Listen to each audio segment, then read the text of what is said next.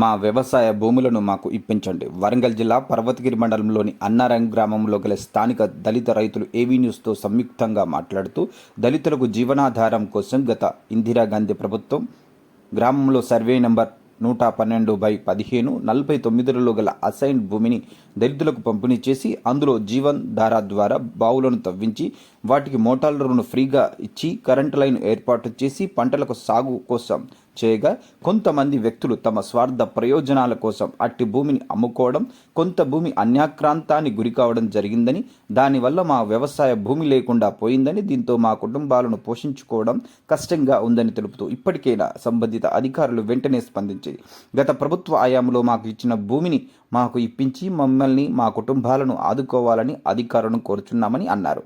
ఈ కార్యక్రమంలో దళిత రైతులు తదితరులు పాల్గొన్నారు.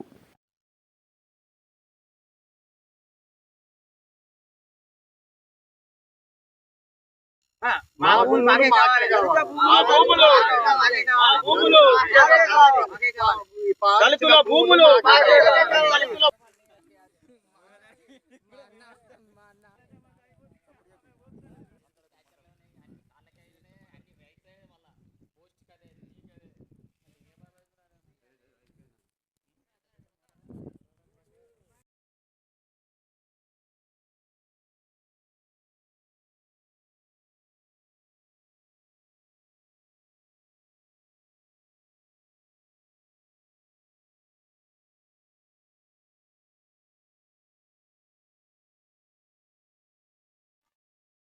ఈరోజు మా యొక్క దళితుల భూములను ఇతర వ్యక్తులు ఆక్రమించి అమ్ముకోవడం, ఇందులో బోర్లు వేపియడం, ఇలాంటి పరిణామాలు జరుగుతున్నాయి. ఇందుకు అనుగుణంగా మేము చాలా ఏళ్ళ బట్టి మేము ఇది చేత చేయడం కూడా జరిగింది. అప్పుడు ఆయిల్ ఇంజన్లు పెట్టుకొని మా తండ్రులు మా తాతలు పండించడం జరిగింది. ఇది మాకు ఈ భూమిని మాకు 1972లో ఇందిరాగాంధీ ప్రభుత్వం ఉన్నప్పుడు దళితులకు ఈ చెరువు శిఖాలు ఇవ్వడం జరిగింది.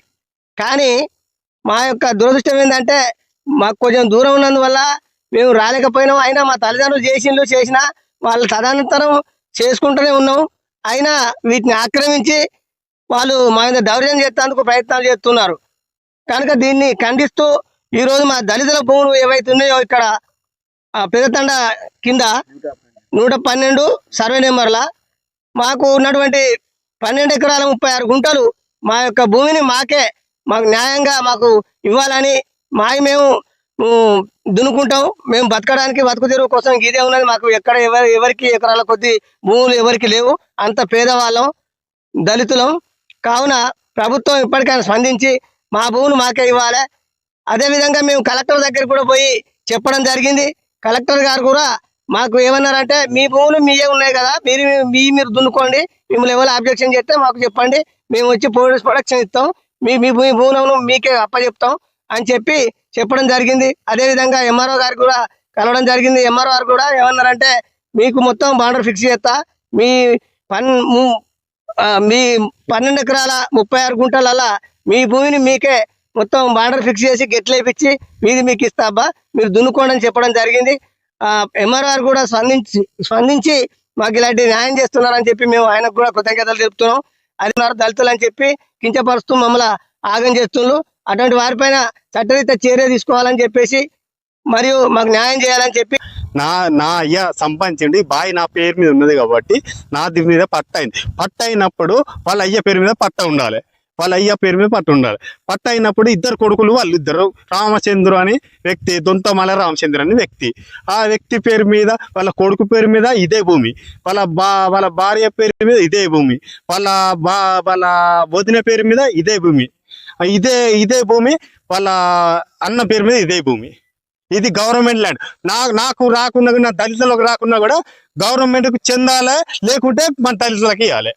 ప్రధానమంత్రి ఉన్న హయాంలో 1972లో దళితులకు భూములు ఇవ్వడం జరిగింది. ఆ దళితులకు ఇచ్చిన భూములలో మా తాతలు మా నాన్నలు సాగు చేసుకుని దున్నుకున్నాము.